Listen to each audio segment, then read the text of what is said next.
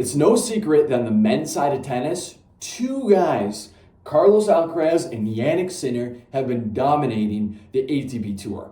Two young guys who combined to win all 4 Grand Slams last year. Two guys who we can all now collectively agree are replacing the old big 3. Two guys who will continue to dominate the ATP Tour for years to come. But what if I told you there could be, or maybe even will be, someone joining him? Another young guy who could rise in the ranks and join these two guys at the top of the ATP Tennis Tour. Kind of like when in 2008, Novak Djokovic put his name in the likes of Roger Federer and Nadal, who had certified themselves already as the two guys, and he kind of came in as that middle third, and then in the end rose above them, right? I'm not saying all of that's going to happen exactly the same, but I'm using that as an example for you not to rule out there being a third guy coming up. What if I also told you this guy I'm talking about is actually ranked outside of the top 100? That this player had never won a main draw at a Grand Slam, and that he only has 1 title in his whole career? Well, for good reason, you'd probably call me crazy. You'd probably stop listening to me about 2 seconds ago when I said all those things. And you'd be questioning how I could ever think he would be competing with Carlos Alcaraz and Jannik Sinner one day with those stats. And you know what? You might be right. I might be crazy. He might never reach the top of the top. He might be one of the thousands of tennis players who just ends up fighting week in and week out, just trying to make a decent living and make a name for himself. He might never be more than your average tennis player, right? But deep down, I don't think that I don't think I'm crazy, because I know what I've seen, and it is greatness in the making. I introduce to you guys Joao Fonseca, an 18-year-old phenom who was ranked number 1 in the world of all juniors, who won the US Open Juniors tournament, has won a challenger title already at just 18, and most recently, most importantly, just won the Next Gen ATP Finals at 18 years old. Let me tell you why he's the future. First and most importantly, I'm going to be talking about the Next Gen ATP Finals that just occurred about a month ago that he actually ended up winning. And at first glance, this tournament seems to not really mean much, right? It's a bunch of really young guys playing in an interesting format that doesn't even look like an actual ATP tournament. Looks a little gimmicky with the weird courts and everything like that. But once you look past that, you realize this is actually a very competitive tournament that the real deal wins at the end of the day, okay? Some previous winners, we've got Stefanos Tsitsipas way back when it first started. Then you got Alex de Minaur, who ended up losing in a final, Sebastian Korda, who ended up losing in a final, Brandon Nakashima, who won just a few years back. And then most importantly, you got guys like Carlos Alcaraz and Jannik Sinner, who have both won this tournament. While everyone who wins this tournament doesn't go on to beat Carlos Alcaraz and Jannik Sinner, I understand that, there is a key point in there. Those two guys won it when they were 18. The rest of the players who have won it were much older than that, with much more experience.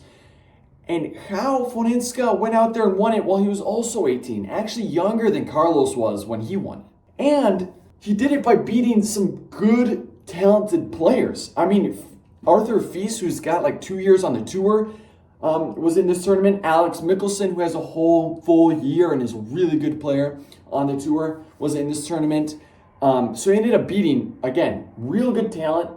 And the history shows that the winner of this tournament at least becomes a good player, if not a great player. The second thing I think this tournament proved was it was his first tournament on hard court that he actually was able to dominate and win. Okay, his challenger took place on clay, and he has a lot of experience playing on clay. Growing up in Brazil, the main surface of most South American players, including Brazilian players, is clay, and the guy can play. I mean, it shows. He hits with so much power because he's used to grinding out points on clay and not having to be accurate and just swinging, going up to the net.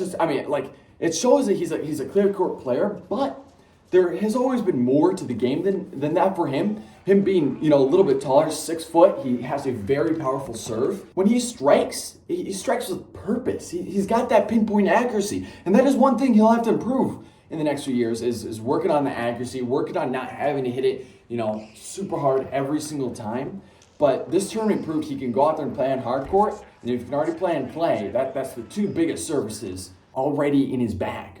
Okay, now that we've talked about the next gen ATP finals and how that serves as some evidence why he'll probably actually be, at least a top 100 player and one of the best maybe in the next few years. What else makes him or stands out about how that I think will propel him to competing with the likes of Sinner and Carlos Alcaraz? Few things stand out to me, and they can't really be backed by stats and numbers. But I will say this, probably by the end of this year, once he gets a full year at the ATP Tour level, everything I'm saying will be backed by stats and numbers. I'm going out here and making an actual prediction. Again, there's not a bunch of rankings and previous tournaments and matches and little stats that I can use to back up what I'm saying. I'm going off what I've seen and what the vibe is around this man. That's the second thing. And this sounds contrary, but he's got an aura. And I'm not the only one picking up on this, because guess what? The 18-year-old has signed to On One, the Roger Federer brand that only signs like a few tennis players, okay? They've got the number one singles player, Iga Swiatek, and then they have Ben Shelton, who, again, he's my boy, big boy Ben, who I do think has a bright year ahead of him. But I kind of think Roger Federer is betting on how to pass Ben Shelton and to be the Iga Swiatek on the men's side for his On One brand. So it's not just me who sees the future in him, obviously. You got guys like Roger Federer. You got guys like Nadal, who just saw the next-gen finals and were amazed by his matches. This kid kind of walks around with this aura. When he gets stepped on the court, he can do everything. There's not like one thing that he does so much better than everyone else, and it's carrying him to the next level. I mean, he's got a great serve, like I already talked about, already better than probably Carlos and Sinner. He's got great movement out there. For 6'1", he can get up to the net, he can put volleys away. He's got great stamina. He doesn't struggle like the 18-year-old Sinner did with, not being able to play long matches. He played a super long match against Mensik in the next-gen finals, which actually brings me to another point, is his mental game. You can see the strength in his mental game already, right? He takes this from Nadal, where he was playing a dead rubber match in the next-gen ATP finals.